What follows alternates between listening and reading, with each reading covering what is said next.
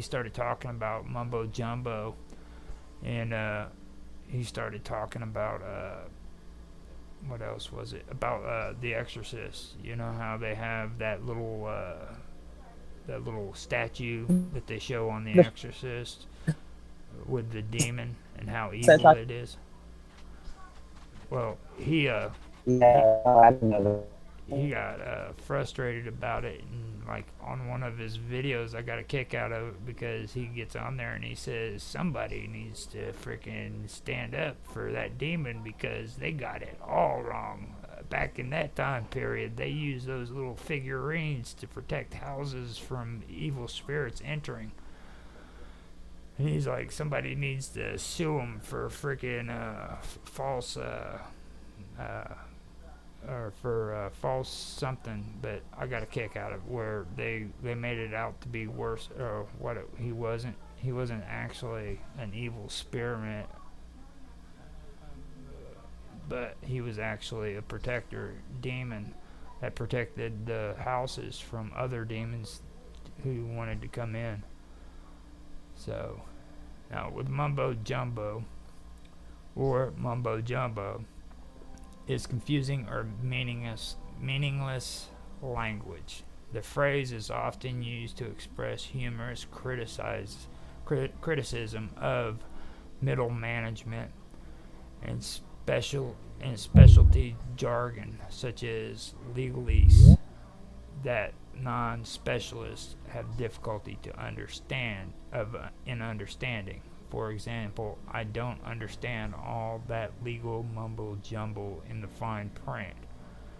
It may also refer to practices based on superstition, rituals intended to cause confusion, or languages that the speaker does not understand.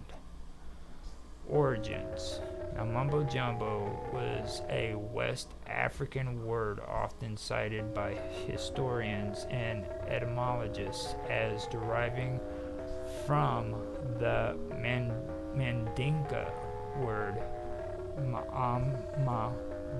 jambo, which refers to a masked male dancer who takes part in religious ceremonies. In the 18th century, mumbo jumbo referred to a West African god, Mungo Parks, a West African god. Mungo Parks' travel journal, Travels in the Interior of Africa, 1795, describes mumbo jumbo as a character complete with masquerade habit, whom Mandinka males would dress up as in order to resolve domestic disputes. According to Wait, what? Okay, go yeah, ahead. yeah. Did you hear that? Yeah, I'm listening. I've been listening. I had to leave and I did not hear you. But That was in 1795, and in Mungo's Parks. when did it phase out? I'm not done yet. I can read it out. But I apologize. I'm ahead of fine. myself. According to the concise Oxford English Dictionary, mumbo jumbo is a noun and is the name of a grotesque idol said to have been worshipped by some tribes. In its figurative sense, mumbo jumbo is an object of senseless veneration or a meaningless ritual. According to the 1803 supplement of Encyclopedia Britannica 3rd edition, mumbo jumbo is a strange bugbear employed by the pagan Mandingos for the purpose of keeping their women in subjection.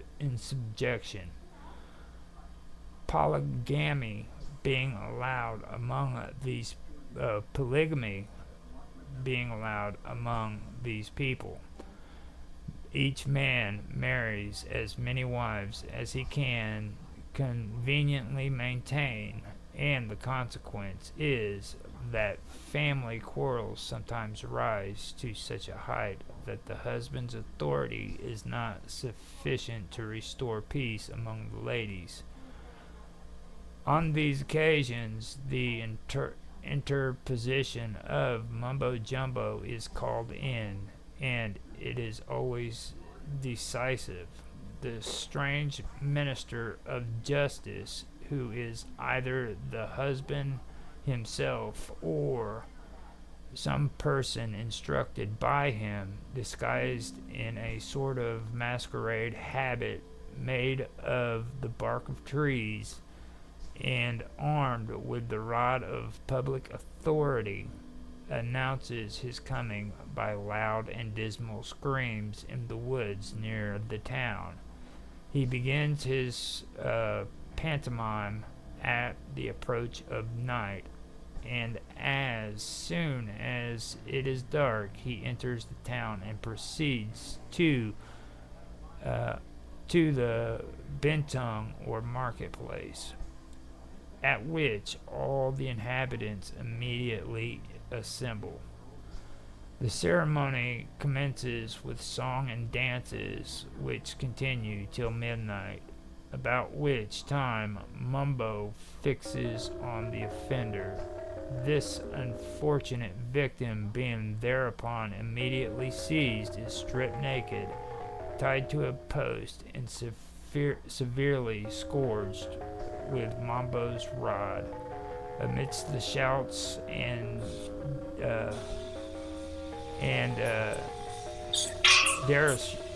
derision of the whole assembly, and it is remarkable that the rest of the women are the loudest in their exclamations of this occasion against their unhappy sister. Daylight puts an end to this incident, and unmanly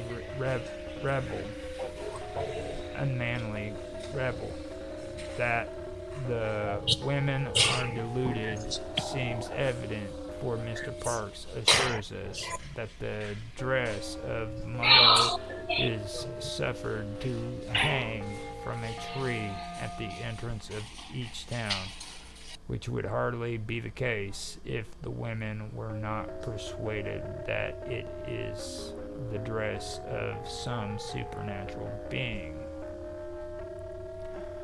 Yeah, I never heard that part.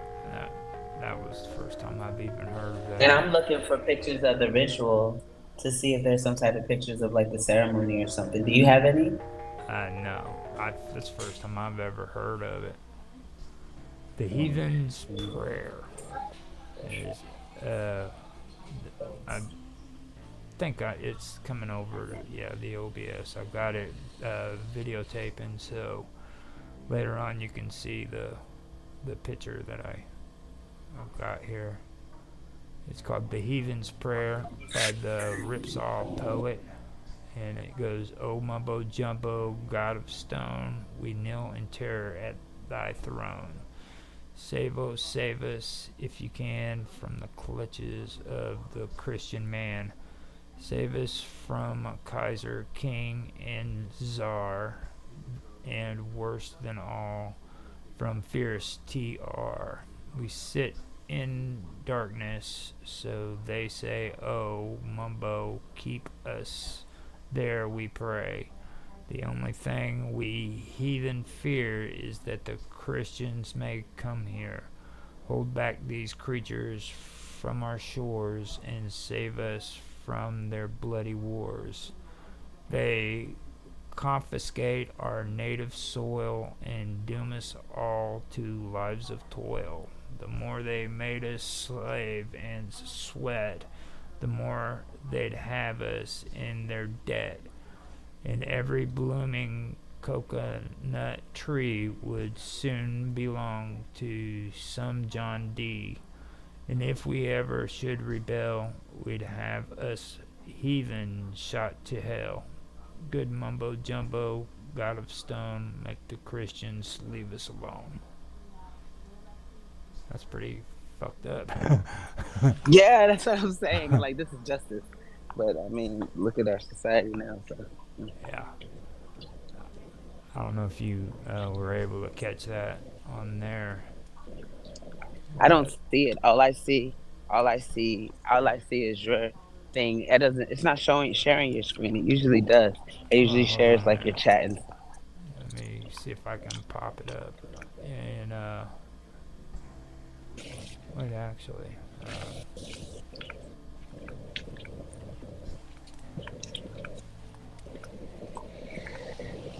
cancel that out.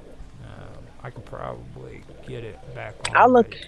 by I was going about to say in. I don't want you to put you too far out of your way because I know when you do the stream, I usually last night I didn't watch any of our streams because they do you listen to WPNR or WR on mines the news people. Yo, you should be there. Like I feel like you are there. There's this one guy that reminds me a lot of you. Oh, Like I'm here, just here saying, recently, I mean, here recently, I haven't really been into all this stuff.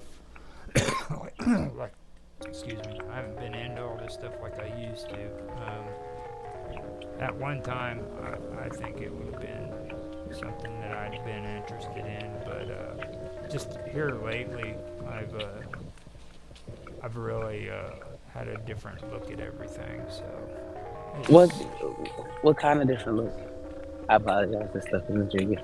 um, well, a lot of the stuff that's being covered is like rehash stuff from freaking 50 years ago. You know what I mean?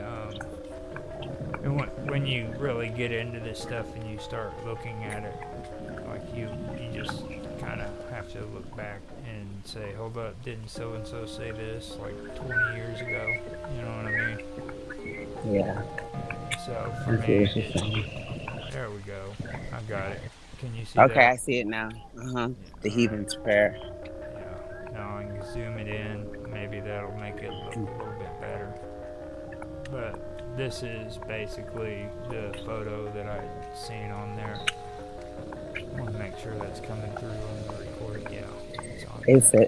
I'm just screenshot it so I can zoom a little bit, but I can zoom a bit, but I want to have it for my documents.